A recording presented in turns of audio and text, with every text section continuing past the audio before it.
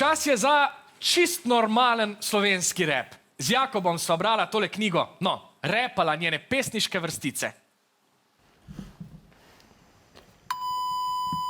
Za vse, ko mislite, da so sam dva debila, naj povem, kako se je najna rap pot razvila.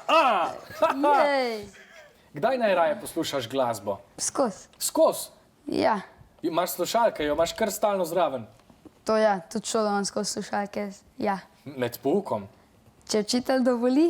Učitelji vam dovolijo poslušati glasbo med poukom? Včasih. No, to niti ni toliko za lase prevlečeno, zato ker po različnih raziskavah so ugotovili, da glasba znižuje srčni ritem in mu dela bolj stalen utrip, zvišuje koncentracijo, zmanjšuje glavobole. Ja, pač jaz, kadar jo poslušam, se umirim, pač, ne vem, se začnem bolj fokusirati ali na to, kar delam takrat, oziroma če nič ne delam na glasbo, pač uživam med tem. Katero glasbo pa ti najraje poslušaš?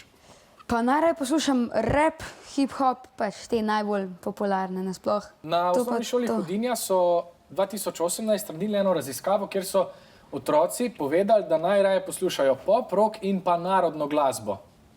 Aha, no, zame to glih ne drži najbolj, jaz sem najraje hip-hop, rap, narodna, to pa niti ne. Potem pa je ta knjiga katolita zate.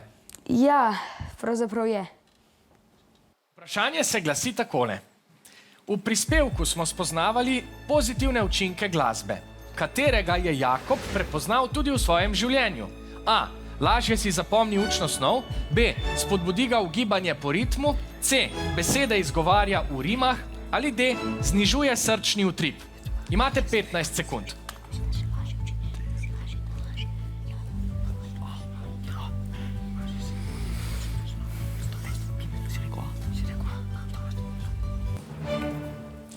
Vijolična ekipa pravi, da si lažje zapomni učno snov, rumena pa, da znižuje srčni utrip.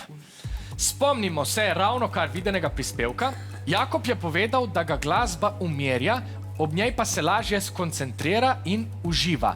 Pravilen je torej odgovor D. Glasba znižuje njegov srčni utrip. 5 točk dobi rumena ekipa.